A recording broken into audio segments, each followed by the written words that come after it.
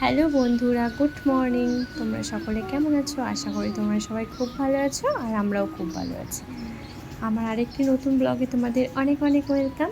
তো আজকের ব্লগটা আমি সকালবেলা থেকেই শ্যুট করছি। তো প্রেগনেন্সিতে আমার এরকম হয়েছে যে আমার আর ঘুম আসে না, খুব তাড়াতাড়ি উঠে যায়। তো 5টার সময় ঘুম ভেঙে যায়, কিন্তু তাও দেখি যে রৌদ্র উঠেছে। তো সকাল সকাল ঘুম থেকে উঠে এই দেখতে পারে তো বর চলে গেল তার ডিউটিতে। আর ডিউটিতে চলে গেল, তো আমি কি করব?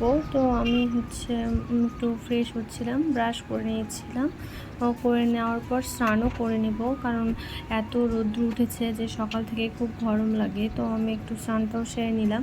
আর আমার যেহেতু কাশি হয়েছে, সেই জন্য আমি একটু চেষ্টা করছি যে সময় মতো স্নান করা। তো আমি এই সকালটাকেই বেছে নিয়েছি যে আমি সকালেই স্নান করব। তো সেই জন্য স্নান করে দেখো স্কিন কেয়ার করে এখন আমি রান্নাঘরে চলে গেছি।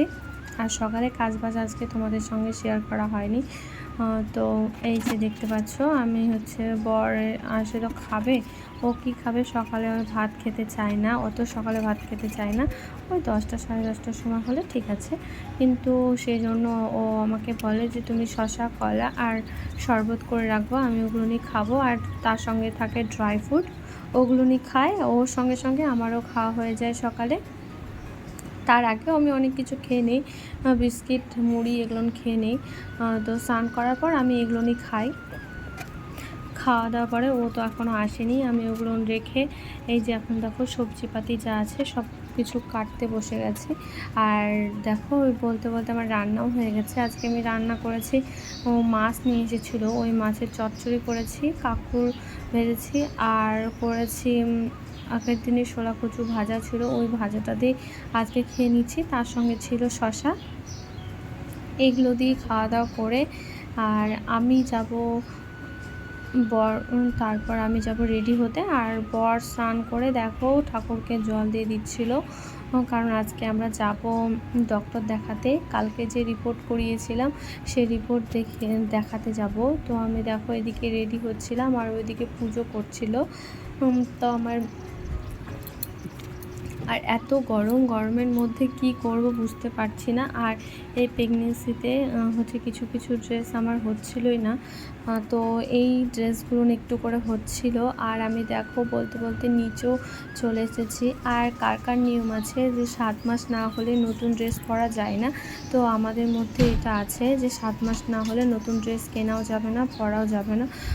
তো তা আমি আমার মাকে বলেছিলাম যখন আমি বাড়িতে যাব নাইটি কিনে রাখবা, আর তুমি পরে সেটাকে কেচে রাখবা। তো সেই মতো আমার মা কেচে রেখে দিয়েছিল, আমি বাড়িতে গিয়ে ওটাই পরেছিলাম। এবারও তাই করব, বাড়িতে গিয়ে ওগুলো নিয়ে পরবো। কী করব বলো, ওগুলো তো দরকার না, বাড়িতে গিয়ে কি পুরনো সব পরবো। তারপর দেখো বলতে বলতে চলে এসেছি। আর আমরা ডক্টর দেখাচ্ছি শিলিগুড়িতে, নিউটিয়াতে। আর বলতে বলতে চলে এসেছি দেখো। আর এই হসপিটালে না, এই হসপিটালে যে রাস্তাটা আর আমার এত সুন্দর লাগে, খুব সুন্দর লাগে। আর এখানে প্রচুর অ্যাপয়েন্টমেন্ট আছে। আর এই যে দেখতে পাচ্ছ চলে এসেছি, আর আমি ঢুকেও যাচ্ছি, কারণ ওখানে ভিডিও করতে খুব ভয় লাগছিলো। আর এই যে দেখো আমরা বসে আছি ডক্টরের জন্য। আর ডক্টর দেখানো কমপ্লিট, ডক্টর বলেছে সব কিছুই ঠিক আছে, আবার 1 মাস পর যেতে বলেছে। এই বলে দেখো রাস্তাতে ফলের দোকান পেয়েছি, তো একটু ফল নিয়ে নিচ্ছিলাম। ফল না হয়ে গেছে, তো আমরা বাড়িতে চলে এসেছি। এসে ফ্রেশ হয়ে খাওয়া দাওয়া করে একটু ঘুমিয়েছিলাম। তারপরে সন্ধ্যের দিকে আবার একটু হাঁটতে গিয়েছিলাম, কারণ সন্ধ্যের দিকে না হাঁটলে আর ভালো লাগে না। তো আমার ভিডিওটা এই পর্যন্তই। আমার ভিডিওটা যদি তোমাদের ভালো লেগে থাকে তাহলে অবশ্যই চ্যানেলটাকে সাবস্ক্রাইব করে দিও, আর লাইক করো, আর আমার পাশে থেকো। আজকের মতো টাটা, আবার কালকে নিয়ে আসবো আর একটা নতুন কোনো ভিডিওর সঙ্গে।